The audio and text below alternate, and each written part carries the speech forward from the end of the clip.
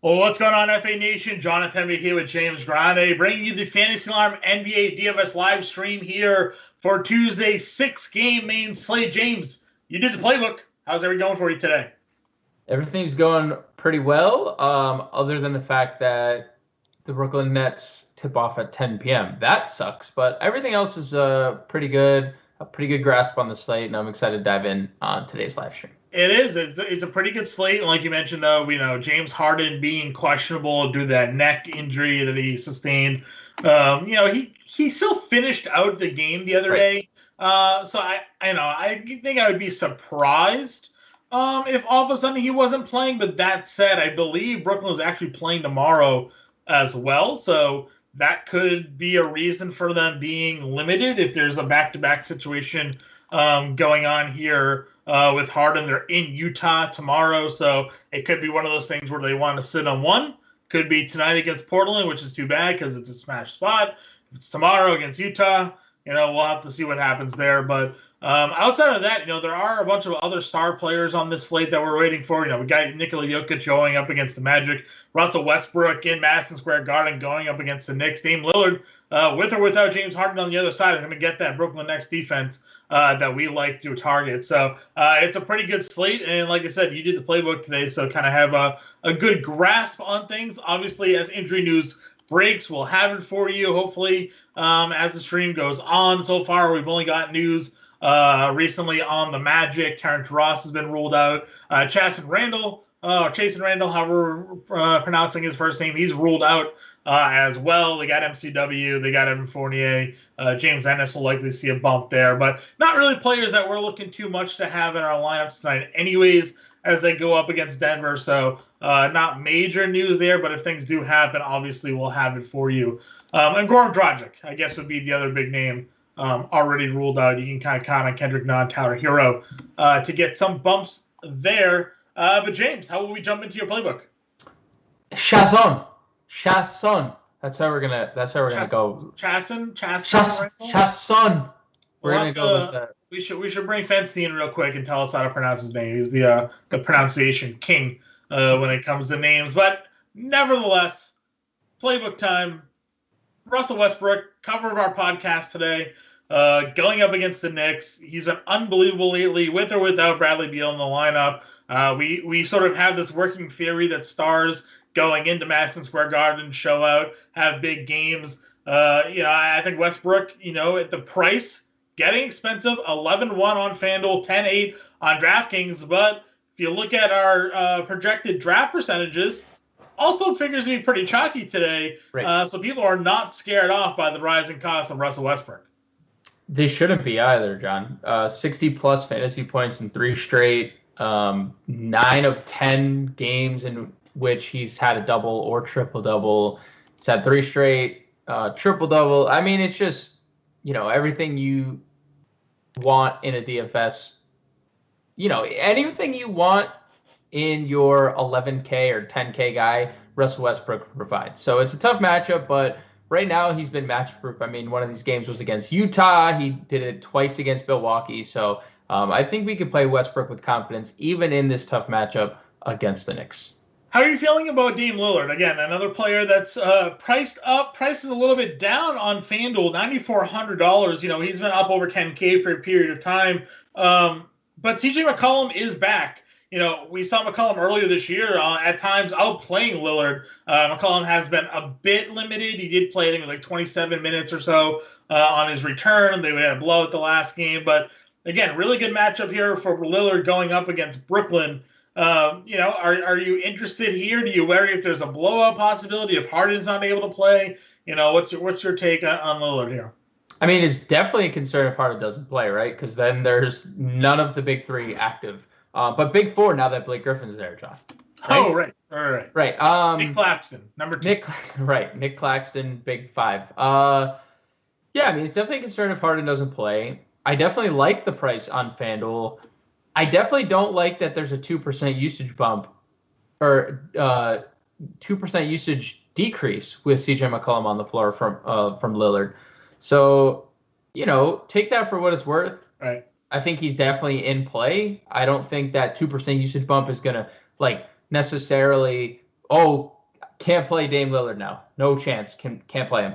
But it is somewhat of a red flag because you did mention, like, McCollum is $2,000 cheaper than Dame Lillard. So if you'd rather go that direction, I can understand it. But I do think Lillard is a generally a safe play. I also think that's where a lot of people will pivot. If you do have Harden in your lineup, especially in DraftKings, you put Harden in your util, and you'll pivot to Dame. So I do think that's a strategy that a lot of people, because it's a pretty good game stack game too, like you mentioned. So like you could have a few different pieces here, stick in Harden, and then if he gets ruled out, like you mentioned, pivot to Lillard, and then maybe upgrade somewhere else if you were punting on like a Tyler Johnson or a Bruce Brown or whatever, and see where you can get there with the extra salary that ends up being available to you.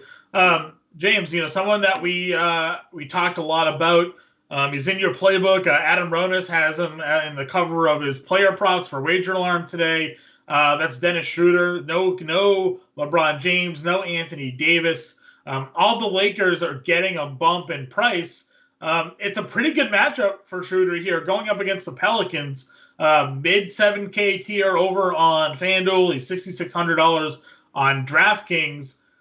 The Lakers seem very stackable where all their price points are today. I think only Kuzma is the one that got the – actually, no, he's even mid 6K too. Maybe it was Harrell. Harrell's expensive, right? Yeah.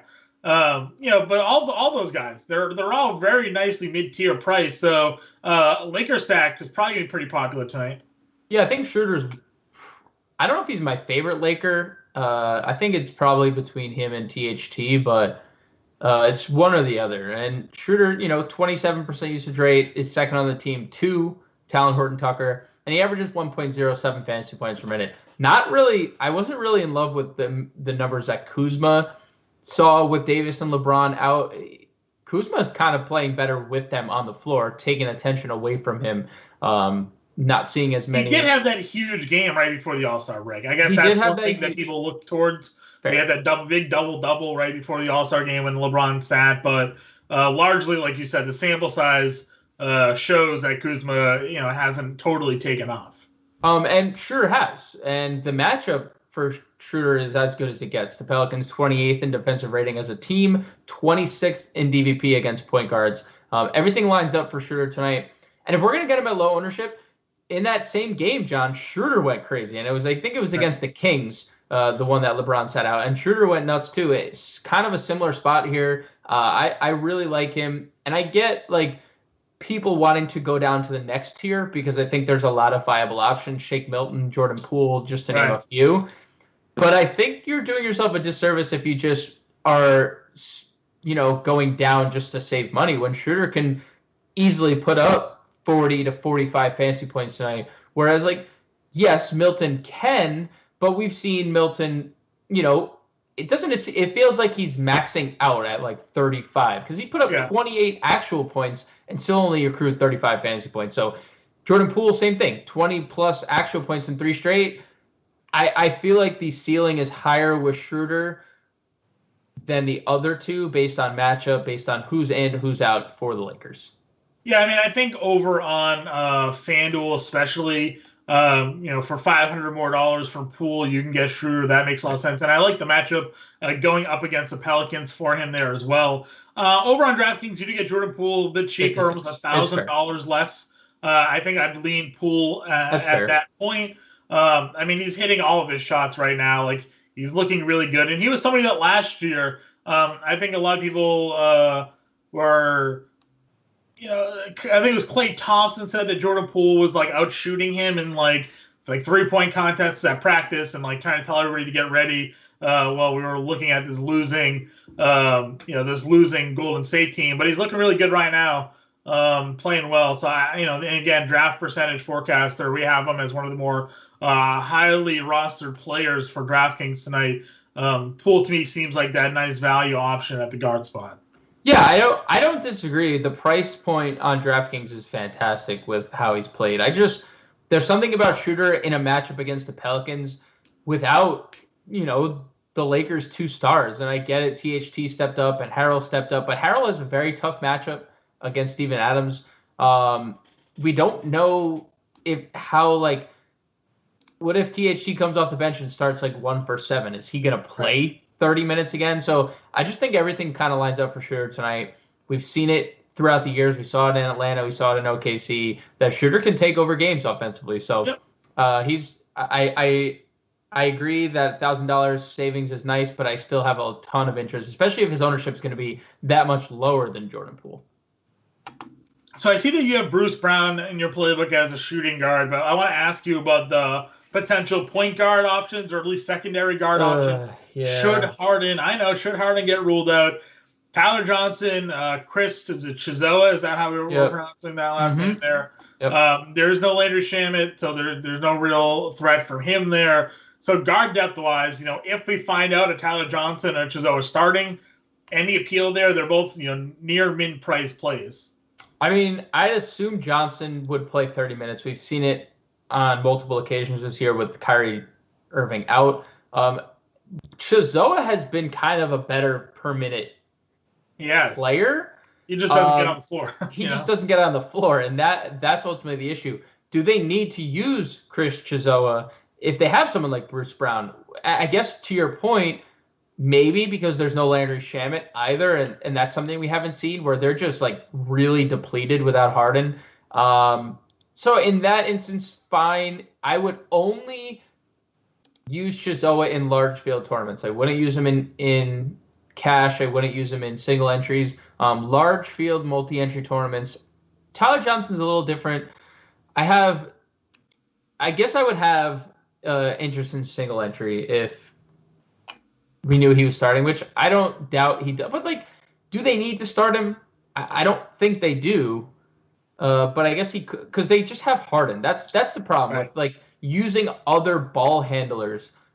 They just have James Harden playing point guard regardless. So if Harden plays, I don't have much interest. If he doesn't, I think you have to make roster moves to fit 1, 2, 3 of these Brooklyn guys into your lineup. Yeah, I agree with you because the shots are just going to be spread amongst the group. Right. So and a really good matchup there. At shooting guard, again, you have Harden there. We don't need to tell you why he's worth playing. It's a great matchup against Portland. There's no Kyrie Irving. Question is really about his health. And it's a 10 p.m. tip, so you're really not going to know. You're going to have to set your lineups for a pivot there if you do play him. In case he ends up getting ruled out, like we mentioned earlier, going to Lillard or maybe a McCollum instead, and allowing yourself to spend up in a different spot. Again, there is at least, I think there's 2 10 p.m. games on tonight's slate. So you do have a little bit more roster flexibility when it comes to that standpoint. If he gets ruled out, you're not forced to just pivot into somebody on Portland. It's a Golden State and Philadelphia at 10 o'clock as well. So, you could easily use that money and go to a Tobias Harris or Ben Simmons or something like that if you wanted to, and go in that direction. Other shooting guards, though, sticking with that Philly game, Andrew Wiggins without Steph Curry has looked fantastic. Really getting some nice upside out of him. He's at 28% usage rate. Is he something that we continue to go to? Philadelphia, they're a decent defensive team, even with Joel Embiid out. What's your opinion of Andrew Wiggins tonight? So that, John, is I'm happy you brought it up because I think that's the primary focus here. Because Wiggins is going to see Ben Simmons at some point, whether it's all night, whether it's part of the game. And right now, the NBA released their rankings in terms of NBA Defensive Player of the Year, and Ben Simmons was second on that list, Rudy Gobert leading. I don't we've seen it in a couple instances lately. Attacking Ben Simmons is terrible. I think if it would be different if Curry was there, because I think, we'd see Simmons on a lot of different players. I don't really see a scenario where Simmons isn't guarding Wiggins. That's my only concern. The usage rate is great. The fantasy points per minute over 1 is really nice, and the production has been great. I'm just slightly worried about Ben Simmons' defense. Maybe I shouldn't be. Maybe we should. I think there's a lot of value at this position if you don't want to play Wiggins, so you don't have to. But in the mid-tier, I like McCollum quite a bit in tournaments. Should get a little different in that game because I think everyone's, as you see, draft forecaster based, everyone's pivoting to Lillard. Where we saw McCollum play 20 minutes and then they got blown out, he could have played 30 in that game. You don't know if McCollum gets us 30 minutes, well in his range of outcomes to get us 50. So I like McCollum quite a bit, and I like Wiggins for tournaments. I'm just a little worried about Ben Simmons. That's all. Okay. I mentioned earlier, like, is there a reason to not play Bruce Brown in your opinion? No. Like, No. Yeah. Right. No. I feel the same way. No. We have Nickeil Alexander-Walker. If Lonzo Ball gets ruled out, we saw him. That's probably the interesting part, right? Isn't that the interesting? Is that the twist? Like, if Lonzo is ruled out, would you lean NAW over Brown, or would you stay with Brown? I'm probably staying with Brown because I think the usage for Brown could be higher. I don't know, man. NAW is a very high usage player. He is, but I look at who he's on the floor with compared to who Brown is on the floor with, right? Like, it's Zion, it's Ingram. Those two guys tend to command the ball a little bit more. I think you can agree. Yeah. And if Bruce Brown's out there with no Harden, and it's Blake Griffin, DeAndre Jordan, Joe Harris, who knows, right? Like Jeff Green, like those guys aren't really, I don't think, like calling for the ball necessarily. But to your point, like I said, we've been playing a lot of NAW lately, and he's been very good. On FanDuel, you could certainly play both if you want to double punch shooting guard with no Harden. And DraftKings, I think both of these guys have like 3 position eligibility. So yeah. You can fit them all around your lineup. So I think playing them both actually makes a lot of sense if Ball is ruled out. I like the matchup going up against the Lakers. If Ball's ruled in, I mean, you're also getting the revenge factor narrative there for him going up against LA as well. But Brown just for sure lock and load, core play, all formats for us tonight. Speaking of revenge narratives, Brandon Ingram going up against the Lakers here. Do you think it's the same for him when there's no LeBron or Anthony Davis in the lineup, or do you think he cares either way? Yeah, I mean, it's an organizational thing because he wasn't traded by LeBron or Davis. Well, maybe. Oh, but he kind of was. Maybe. He kind of was. Yeah, it's true. But it also does have to do with organization. I do think there's a little added incentive when you play an organization that traded you, and kind of just like, all right, yes, you're an all-star, but like we want this guy more. So I mean, I think that's a little added motivation. I know I would be a little ticked off if someone said, well, we're gonna move on and we like someone else. Like, that's a little added incentive to really put your foot on the gas. And plus, he's coming off a really good game, and plus, he's really cheap. Like, we don't generally see Brandon Ingram under 8K. So. I don't like where the Lakers defense is without LeBron and Davis, and honestly, Marc Gasol. Even if Marc Gasol plays, I guess it doesn't really matter. But I think Ingram is very sneaky in this mid tier at small forward. A little bit of injury news coming down here. Derrick Rose officially ruled out. Elf Payton is still a game time decision. That impacts obviously Emmanuel Quickly if Payton is ruled out, somebody that we like.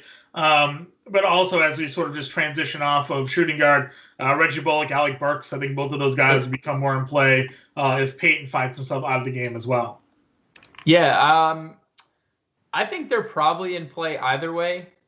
Like, Bullock is playing massive minutes kind of regardless. I'm a little worried about Burks' price if Payton plays. I guess I'd agree with you there. Like, Burks is not cheap anymore. Reggie Bullock's still under 5K. Burks is 56, 58. Yeah, back-to-back 40 fantasy point games for Burks. Now, granted, one was that overtime game, I think, against Philly, but like they're both great.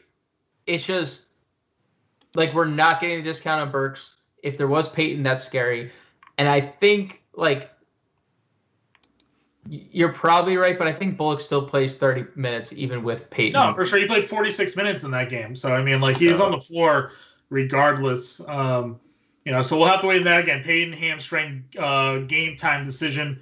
Hopefully we get that. It's a 7:30 start time for them. So, knowing that 7:01, we're going to get the Payton news, and we'll be locked down to that one. Back to the small forward, though. Our guy, Michael Porter Jr., continues to light it up, and Draft Forecaster has him as one of the higher-owned plays of the slate. Yeah, I mean, it's surprising, and it's not surprising. It's not surprising because we saw this coming once Michael Porter Jr. got the minutes, Yeah, we've been standing on him for a year or so now, so Not shocked that he's getting this type of run. When Nikola Jokic says this guy should be playing more, that only sounds good things for us. And the Magic defense is dreadful, man. 26th against small forward. They've been getting torched by everybody. The only thing luckily this game is in Orlando. I think this would be a double-digit point spread in Denver, with the elevation and how well Denver plays at home and how beat up and trade-minded the Magic are. Sure. This could be a blowout, to be perfectly honest. So I'm limiting my exposure to Porter for tournaments and Denver mostly. I have Jamal Murray at point guard, who I really like in tournaments. Porter, the same thing. Barton, the same thing. I don't have in my playbook, but he falls into that same category.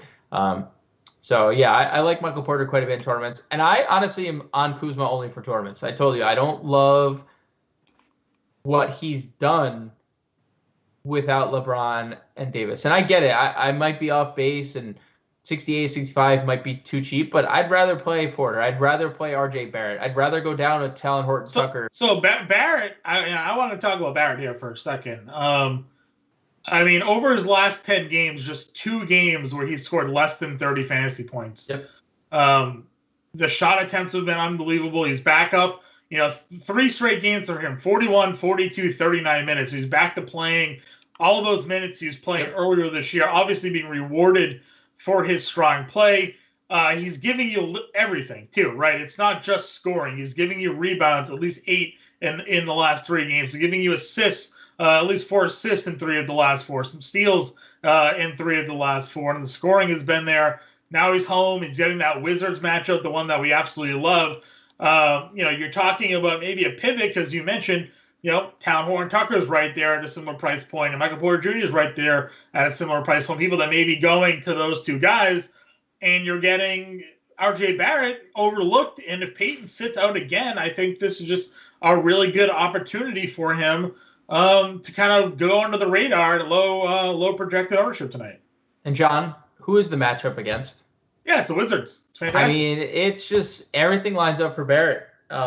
So yeah, I'm right back on the bandwagon. And like you said, Kuzma $200 more. On DraftKings where he's only projected 3% ownership. Kuzma $200 more. Porter $100 more. Talon Horton-Tucker $1,100 more. And I liked Horton-Tucker, but does Talon Horton-Tucker feel like he should be that close in price to RJ Barrett? I don't know. So yeah. I love RJ Barrett for tournaments. I love him for cash. I think he should be in a lot of lineups because I think there's 40, 45 point upside, especially when he's going to be on the floor for 40 minutes if this game stays close. Yeah, I'm with you there. We talked a little bit about Joe Harris already. Again, I think he's a strong play regardless of Harden. Better if Harden's even out. He's somebody you're going to take a look at. Really good price point for going to fit a lot of lineups. And then our guy, Danny Green, he's not as cheap as he had been. But this is a guy that gave us, it was a 24 fantasy points the other day or something like that, just in blocks and steals. And he's going to continue to kind of play that role with no Seth Curry. If the shot drops, he can give you 40-plus fantasy points the way his defensive numbers come through, and it is Golden State without Steph Curry. So a good matchup for Danny Green there. Yeah, and you were right. Spot on. 24 FanDuel points between blocks and steals, which is crazy. And the crazy part about that game is he only took 8 shots. The 3 games prior, he took double-figure shot attempts. So, and the best part about it all, John, is the last 3 games, 60% from 3, 67% from 3, 43% from 3. And what was the 4th game there? 1%. But 1%. And we talked about that in the podcast. The last time he had one of these 1 for 10 shooting games, he came back huge. And now it's carried on for 3 straight. So I'm ready to hop back on the bull there and ride some Danny Green. Yeah, man. I'm totally with you. Everyone keeps playing, and it's warranted. Everyone goes back to the well with Tobias. And we said this on the pod today. Everyone goes to Tobias, Simmons, Shake Milton, Dwight Howard. Well, Danny Green's been producing just as well as all those guys on a per dollar basis. So yeah. I do think it's viable. And I'll shout out Josh Hart. I really like Josh Hart tonight. If Lonzo sits 6 assists in 2 of his last 4 6 assists last game without Lonzo, triple-double threat because he had really good rebounding guard. Right. Good play for him there. I agree with you. Hart's always one of my GBP guys. He can pop for 40 and all of a sudden, you got your 8-9x return on a guy that you weren't really expecting to there. So I like Hart. Good pivot off Green as well. Power forward, you mentioned Tobias Harris. Again, great matchup. The usage rate without Embiid, it's fantastic. Should certainly be a lock for your lineups. But at the top, $10,000 for Julius Randle, $9,900 for Julius Randle is the most we've spent on him. Doesn't matter. This is peak Randle right now. And if Payton gets ruled out again, I know that Quickly's there, but we could be seeing point Randle a lot in this game. I mean, just over the last 5 games, John, 24 points per game, 11.2 rebounds, 9.2 assists. Yeah. So you talk about point Randle, 5 straight games, and I think that speaks to his current coincidence. Coincidence, I think not. Right? I don't care about the price. I don't. If Julius Randle was 10-5, if Payton was rolled out, I'd probably consider it, especially on DraftKings where triple-double bonus comes into play. So I think Julius Randle against the Wizards is I would obviously say Harden is the lock and load play of the slate. If Payton is active, does it change anything for you here? I mean, it is still the Wizards, so. Yes and no. I wouldn't I still think he's averaging 6 assists per game. It's not like these last 5 games he's suddenly faulted him. That hasn't made that big of a difference. So I don't think it would make too much of a difference for me. It is a fair point though, because Julius Randle, kind of since those weird Laker days, early Pelicans days, we've seen bring up the ball a lot. Right. And we've seen him do that with the Knicks too. And I think Payton would kind of muddy those waters a little bit. But I still love Julius Randle with or without Alfred Payton. He's been so freaking good. We're getting 70-point potential out of him for $1,000 cheaper than Russell Westbrook, who we're getting triple-double upside from. So nice little game stack, obviously. If you can fit Westbrook and Julius Randle in there, I think you'd be very happy at the result of at the end. I'm with you there as well. A couple more minutes here. Let's jump on over to the center spot. Again, Nikola Jokic against Orlando, the battle of the Nikola Icks, as we called it on the podcast today. Him and Vucevic battling back and forth.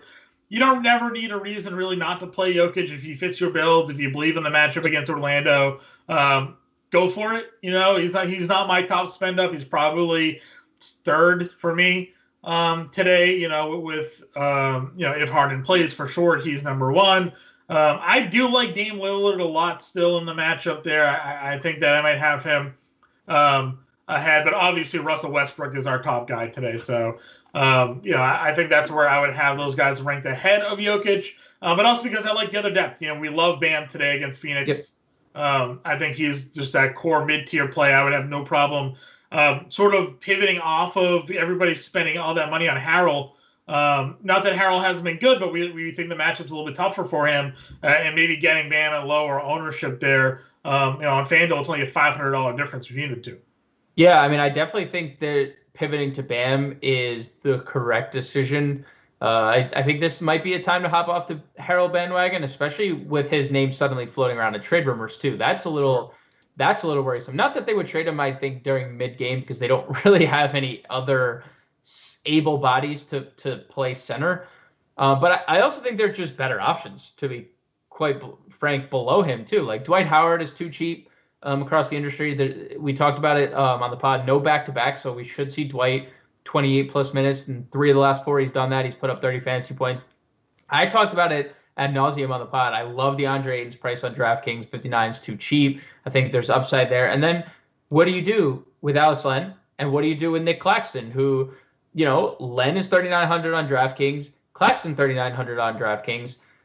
Claxton projected to be extremely popular, but he's only given us 1 game where he's played more than DeAndre Jordan. What's the reason? Was he playing better? Was Jordan not feel there's no we don't have an answer. The answer is probably he's better. If we're being honest, at least from a fantasy perspective, he's averaging 1.22 fantasy points per minute, and that's just no one off the floor. That's just Nick Claxton when he checks in. which is monster. But we've also seen Alex Len be really good in 2 of 4, and Mitchell Robinson's back for the Knicks. And, we've crushed the Knicks when Mitchell Robinson's been playing majority of the minutes. Even Nerlens Noel. I mean, they both sell out for blocks. So it's a good matchup for both of them. It's really good price tag for both of them. And that's kind of why I'm off Harold, because you go up and spend up on 2 guys that can give you, 50 plus. I mean, Jokic, we know, can go for 70, or you go all the way down to Len and Claxton and punt the position.